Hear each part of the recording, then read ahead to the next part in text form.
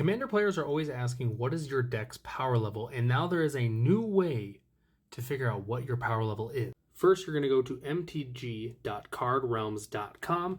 It's going to come up with a web page. Then you're going to go over to Tools, go over to Commander Deck Power Level Calculator. Then from here, you're going to import your deck. It's going to tell you a whole bunch of different statistics here, and then it's going to give your deck's power level. Let's start with one of the top brewers on Moxfield and their science deck, the Dr. Madison Lee Fallout deck. Here we're just going to hit more. We're going to click export. We're going to copy this, blah, blah, blah. And then we're just going to, paste that into here and see what it comes up with. Calculating. All right, 100 cards. 203 mana value, number of ramp cards, blah, blah, blah. This calls the science deck a 6, which I find interesting. It'll also give you a list of cards that you should add to the deck. Not always specific enough because sometimes you have to put in your commander and then you get a more specific number, but interesting to say the least. It's also good to know that they are looking for hyper efficient and consistent cards that work well together for a consistent game plan. So it's not always going to be 100% accurate, but you kind of get the gist of it. Let's try another one from this totally random brewer on Moxfield. They got a Necron Dynasties deck. Apparently this one's pretty decent. Let's export that, copy it, do all that fun stuff. And let's go and throw it into our rankings board. We reset this, blah, blah, blah, paste it, and calculate. All right, it's got everything, and it calls it a 4.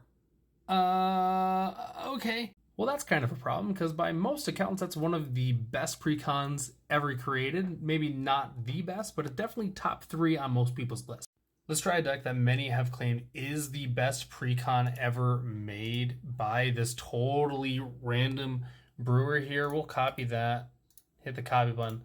Let's put this thing in and see what we get. Reset this, paste, calculate it, my guy. Let's calculate. Okay, this is in there and it gave it a 5. Interesting. Obviously gave all the other cards you should add to it, blah, blah, blah.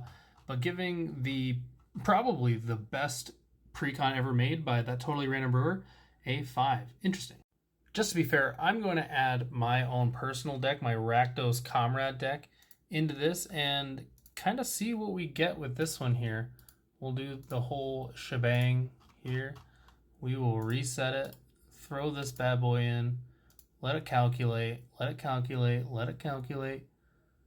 See what we get for my deck. We got a 6 as well. Okay, so I guess I just make precons. Powerful precons though. But now I can't help but wonder if I find a CEDH level deck, if it'll give it a 10. Now the hunt for a 10 is what I'm after. All right, so I literally just typed in CEDH, and this is the first set that comes up with the most views, most likes, most comments, all that stuff. We're gonna throw this into the calculator and see what we get. Oh, and by the way, this is just a light $10,000 deck, but let's export it, copy from Moxfield, copy that bad boy, reset this, throw it in here, let it calculate, and we're gonna see what we get. Hey, we got a 10. All right, there you go. So it does have some merit, I will say, but I assume that a lot of decks are gonna fall between that 4 and 6 range. And then decks that are clearly good are going to be higher, and decks that are clearly bad are going to be lower. Does that really help anyone decide if their deck is higher power or lower power? Not really, because everyone just says their deck is a 6 or a 7 anyway. But hey, if you've made it this far, throw some other decks in there, or throw your Moxfield in, or send it to me in a message or whatever, and we'll put it into the calculator and see what we get.